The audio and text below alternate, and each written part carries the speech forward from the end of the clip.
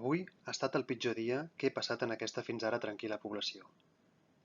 Granollers ha estat intensament bombardejat, per primera vegada, per l'aviació enemiga. 5 avions han sembrat la mort i la desolació a milers de persones. Ha estat al matí, sí, al matí, a ple sol, un dia com els altres, amb tots els mestres al pati de l'escola. Toquem el xiulet i formen files. Entrem a l'edifici. Nosaltres som els tercers d'entrar pel número d'ordre. Som a dins. Sentim que passen avions, però no en fem cas.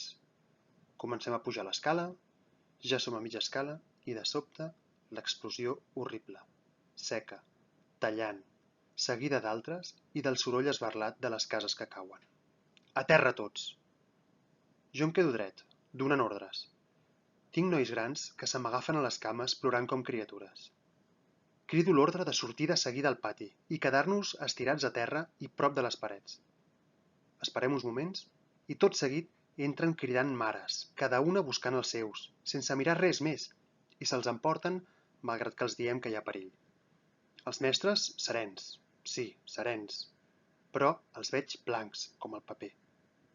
Les dones i les noies aguantant-se el plor, tremolant, voltades dels infants que esperen que els vinguin a buscar i volen saber què ha passat a casa seva.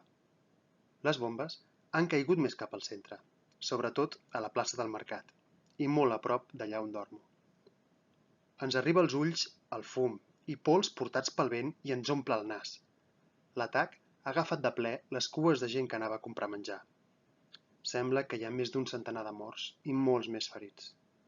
No he pogut dir als pares que estic bé, perquè no van als telèfons.